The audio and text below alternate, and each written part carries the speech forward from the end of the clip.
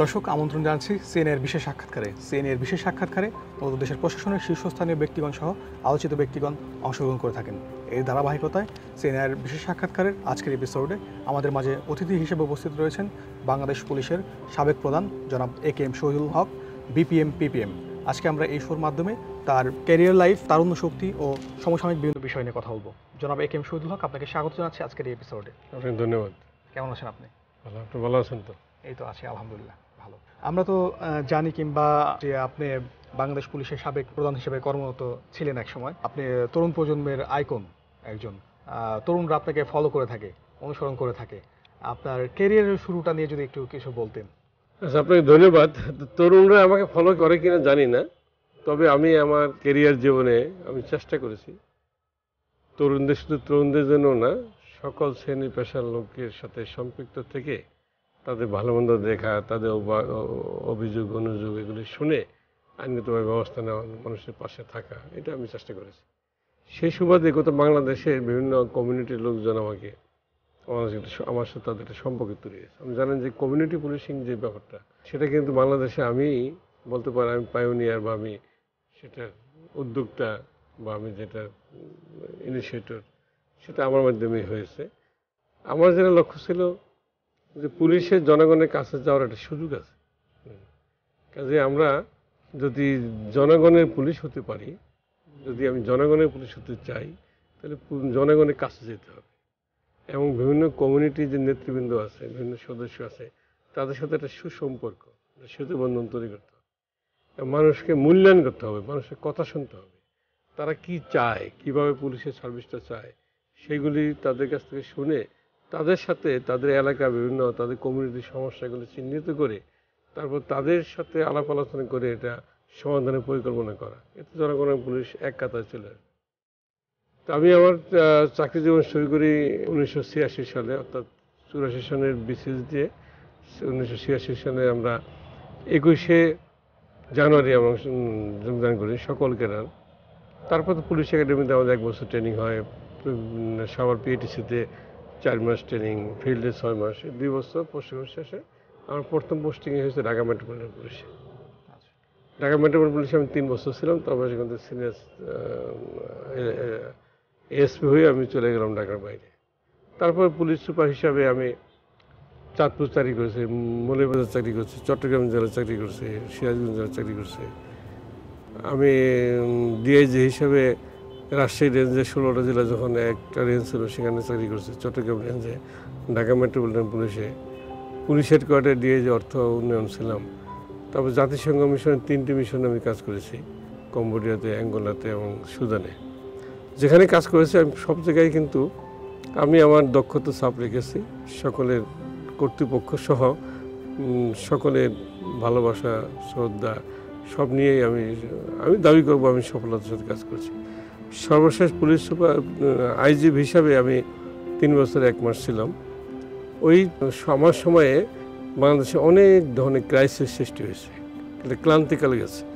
আপনি জঙ্গি বলেন, জঙ্গির যে উত্থানটা হয়েছিল 2013 থেকে আরম্ভ করে 2016 পর্যন্ত, এবং গুলশান হলি আর্টিজানে যখন হামলা হলো, তার মাধ্যমে জঙ্গির যে বিভীষিকাময় রূপ এই বাংলাদেশে আসলো, তখন বাংলাদেশের লোক কিন্তু ভীত সন্ত্রস্ত ছিল, বিদেশিরা ভীত সন্ত্রস্ত ছিল, তারা এই বাংলাদেশ থেকে চলে যাচ্ছিল, যারা বিদেশে বায়ার তারা আসতেছিল না। এই একটা পরিবেশে কিন্তু আমার একটা চ্যালেঞ্জ ছিল কিভাবে বাংলাদেশকে এই জঙ্গিবাদের থেকে রক্ষা করা যায়। তো সকলের সহযোগিতায়, সরকার প্রধান, সরকার সকলের সহযোগিতা এবং আল্লাহর রহমতে আমি জঙ্গি দমন করতে সক্ষম হয়েছি। জঙ্গি দমনে প্রায় অনেক 50-60টা যে অভিযান করেছি, ওদের আস্তানা খুঁজে খুঁজে সব সফল অভিযান হয়েছে। এটাই মনে করি আমার চ্যালেঞ্জ ছিল এবং সেটা আমি সফল হয়েছি। তারপর আপনার যে আমি দায়িত্ব নেওয়ার সাথে সাথে যে পেট্রোল সন্ত্রাস, আগুন সন্ত্রাস যে বিরোধী দল শুরু করেছিল বিএনপি জামাত, যে মানুষ পরে মারা শুরু করেছিল, সেই ক্রাইসিসও আমি সফলতার সাথে মোকাবেলা করেছি এবং সেটাও আমি দমন করতে পেরেছি। এইভাবে যতগুলি সমস্যা ছিল সেগুলি যেমন সমাধান করতে পেরেছি সকলের সহযোগিতায়, সরকারের নির্দেশনা প্লাস জনগণের সহায়তায়। পাশাপাশি আমি পুলিশের দক্ষতা বৃদ্ধির জন্য, উন্নয়নের জন্য, পুলিশের অনেক সংস্কার, পুলিশের অনেক নতুন নতুন পদক্ষেপ গ্রহণ করেছি। আমি international chief of police conference আমি ঢাকা করেছি। এবং অনেক কিছু আছে যেগুলি আইটিতে আপনি 999 বলেন, এটা তো আমি আমার এর থেকে আমি করেছি। তারপর আমি ডিজিটালাইজড এবং সেফ সিটি, যে ট্রাফিক নিয়ন্ত্রণ, যেগুলি এখন রাস্তায় দাঁড়িয়ে ট্রাফিক পুলিশ ডিউটি করে, এটা একটা অমানবিক। আমি চেয়েছিলাম উন্নত দেশের মধ্যে Singapore, Seoul, Dubai, America, London এইভাবে যেভাবে ট্রাফিক ব্যবস্থা চলে সেইভাবে করার জন্য আমি উদ্যোগ নিয়েছিলাম। আমি চায়না কোম্পানি হয়ে কোম্পানি থেকে এনে ফিজিবিলিটি স্টাডি করেছি, আমি সব কিছু করি। তারপর একটা ডিপিপি উন্নয়ন প্রজেক্ট তৈরি করে আমি স্বরাষ্ট্র মন্ত্রণালয়ে জমা দিয়েছি। ওটা যদি আলোর মুখ দেখতো তাহলে ঢাকা শহরের ট্রাফিক ব্যবস্থাটা চেঞ্জ হয়ে যেত। তাহলে ওটা কেন আলোর মুখ দেখে নাই? ওটা দেখে নেই, মন্ত্রণালয়ের কোনো কাজ করতে পারতো সেই অনুসারে কাজ হয় না। যে কোনো আপনি একটা প্রজেক্ট দিবেন, এর ফাইল দিবেন, এর পিছিয়ে লেগে থাকতে হয়। তো মন্ত্রণালয় প্রথম আমাকে বলছিল, প্রথম আমরা যেটা করছিলাম 7,500 কোটি টাকা, ওনার বছর টাকা কমাই দেন। টাকা কমাই দিলে কী হবে, আমার ক্যামেরা যেমন ধরুন 20-25 হাজার ক্যামেরা ছিল, ওগুলি কমাইয়া আমরা 15,000 ক্যামেরা করলাম, তার 5,000 কোটিতে আনলাম। 5,000 কোটির মধ্যে কিন্তু আমার এই ভ্যাট ট্যাক্স এগুলো ছিল। তারপর আমি স্বরাষ্ট্র মন্ত্রণালয়ে জমা দিলাম। এরপরে যেইভাবে পার্সু করা দরকার ছিল সেটা হয়নি, এটা এক নাকি জানি। আমি কিন্তু তৎকালীন পরিকল্পনা মন্ত্রী, বর্তমানে অর্থমন্ত্রী, তাকে আমি ওনার সাথে আমি আলাপ করেছিলাম যে স্যার এই ধরনের প্রজেক্ট করছি, আমরা ট্রাফিক ব্যবস্থা ডিজিটালাইজ করবো, সিকিউরিটি সিস্টেম আমরা চালু করবো। উনি অত্যন্ত আশ্বাস দিলেন যে হ্যাঁ আইজি সব ভালো কাজ করছেন, এটা শুধু আপনি আমার কাছে একটাকে পাঠিয়ে দেন, টাকা কোথা থেকে দেবো আমি দেবো, আপনার চিন্তা করতে হবে না। তার মানে স্যার 3 বছর টাকা দিলে হবে দেবো। কিন্তু তারপরেও আমি চলে আসার পরে সেটা আর যায়নি। কেন যায়নি এনার মন্ত্রণালয় বলতে পারবে, নিশ্চয়ই কোনো তাদের কোনো স্ট্র্যাটেজি আছে। কিন্তু আমার কথা হলো, এই ধরনের যেগুলি জনকল্যাণ সম্পৃক্ত কাজ, এগুলিতে মাননীয় প্রধানমন্ত্রী অত্যন্ত উদার।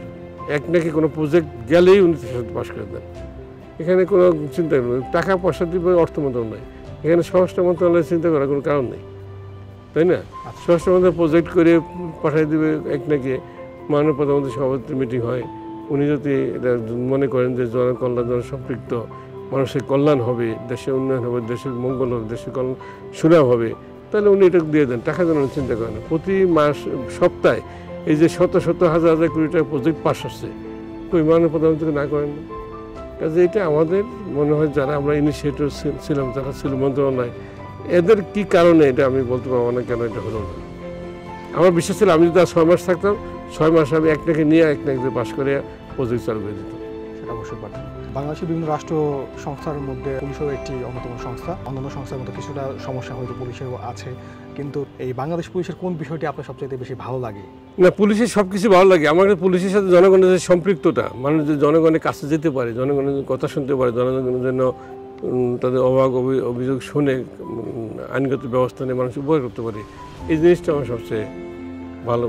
এটা আমার কাছে ভালো লাগে যে না, আমি মানুষের জন্য কাজ করতে পারি।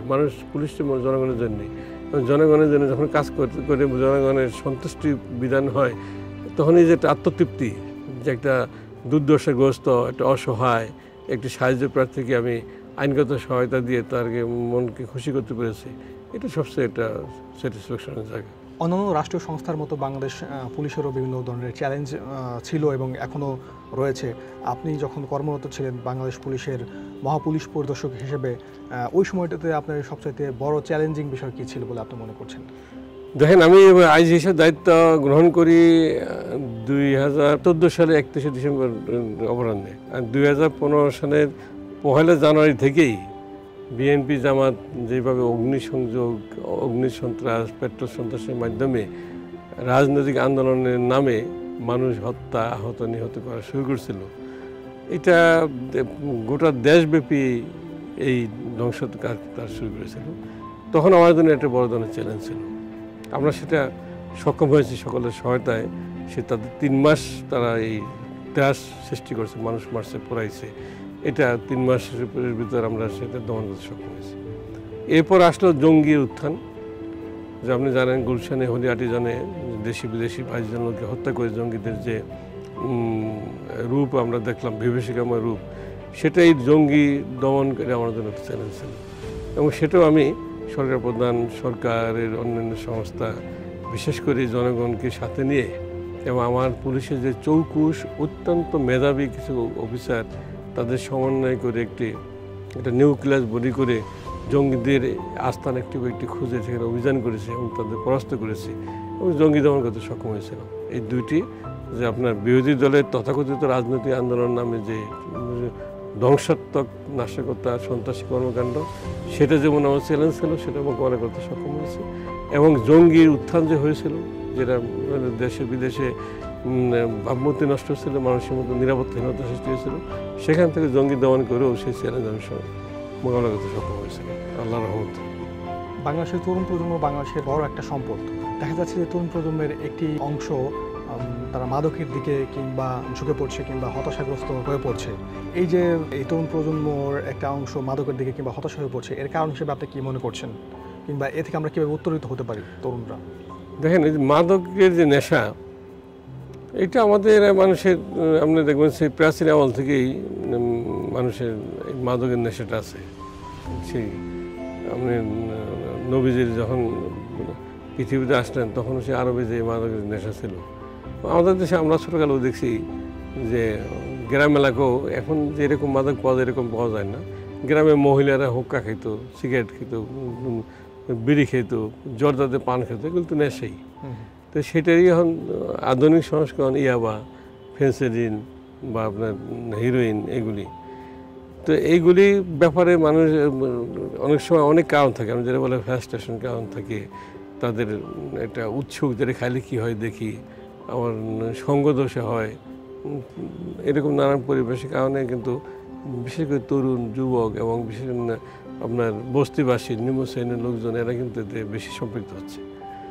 তো এইটা দমন করতে হলে আপনাকে আইন শৃঙ্খলা বাহিনী, আইন কানুন, কোর্ট কাছারি তো এইগুলি আছে, কিন্তু পাশাপাশি আপনার অ্যাওয়ারনেস বিল্ডিং ছাড়া প্রত্যেকটা তরুণ শিশুকাল থেকেই এই মাদকের বিরুদ্ধে তাদের একটা ভীতি জন্মায় দিতে হবে। মাদক মানে ভয়ঙ্কর কিছু। মাদক আপনি গ্রহণ করেন, সে যেই ফর্মেই হোক, জীবন ধ্বংস, জীবন শেষ, মৃত্যুর থেকে দেওয়াই হবে, এবং জীবনের শক্তি শেষ। এই চেতনাটা, এই অনুভূতিটা প্রত্যেকটা তরুণ, প্রত্যেকটা কিশোর, প্রত্যেকটা যুবক, সে আমি মনে করি সে প্রাইমারি, হাই স্কুল থেকে বা সমাজ, পরিবার থেকে এই কাজগুলি করতে হবে। শুধুমাত্র একটা মাদক একবার যদি অ্যাডিক্টেড হয়ে যায়, একটা যদি মাদকাসক্ত হয়ে যায়, তাকে সুস্থ করে সমাজে রিহেবিলিট করা অত্যন্ত কঠিন কাজ। এর চেয়ে যাতে সে মাদকের দিকে পা না দেয়, মাদকে জড়ায় না যায়, তার জন্য তাদেরকে যে শিক্ষামূলক যে সমস্ত জ্ঞান দিয়ে তাকে সমৃদ্ধ করা এবং মাদকের বিরুদ্ধে তার মধ্যে একটা নেতিবাচক দৃষ্টিভঙ্গি যদি আমরা তৈরি করতে পারি শিশুকাল থেকেই, তখন এই মাদক দমন করা সম্ভব। এখন আপনি শুধু ধরবেন, মামলা নেবেন, আসামি চালান দিবেন, এগুলিতে মাদক দমন হবে না। মানুষ মারিয়ে ফেলতে হবে সব, কিন্তু চাহিদা থাকে ভিতরে, যে কোনোভাবে আপনাকে চাষবে।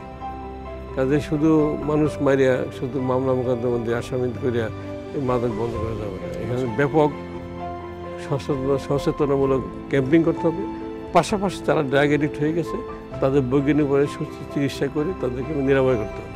তাহলে তাদের যদি নিরাময় হয় আর নতুন করে যদি মাদকাসক্তি সৃষ্টি না হয়, তাহলে কিন্তু এই চাহিদা, ডিমান্ডটা কমে যাবে।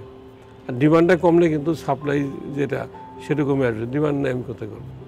জিনিসটা, কাজটা কঠিন এবং এটা শর্ট টার্মে হবে না, লং টার্ম প্রসেস নিয়ে যেতে হবে। এখানে পরিবার, পিতা মাতা, এদেরকে বেশি সচেতন হতে হবে from the very beginning of the. তার মানে আপনি বলছেন যে তরুণদেরকে মাদক থেকে দূরে রাখতে হলে সচেতনতাটাই অত্যন্ত গুরুত্বপূর্ণ একটা বিষয়। এদিকে আমাদেরকে সতর্ক থাকতে হবে, স্পেশালি পরিবার, শিক্ষামূলক কার্যক্রমগুলি বেশি চালাতে হবে। আচ্ছা, আর সফল হতে হলে একটা মানুষের মধ্যে কোন গুণগুলো থাকা দরকার বলে আপনি মনে করেন? সফলের তো আপেক্ষিক ব্যাপার, কে কোথায় কীভাবে সফল হবে, এক একজনের সফলতা এক রকম, তাই না? কিন্তু এখন সে কোনো ব্যক্তি তার পর্যায়ে সে কতটুকু উপরে যেতে চায়, ওই তার যেমন একটা টার্গেট থাকবে, একটা স্বপ্ন থাকবে, এবং সেই স্বপ্নকে সামনে রেখে সে নিজেকে তৈরি করবে। তার দক্ষতা, তার লেখাপড়া, শিক্ষার মান, তার দক্ষতা, তার অ্যাটিটিউড, তার অন্যান্য গুণাবলী, সব ব্যাপারে তাকে সমৃদ্ধশালী হতে হবে।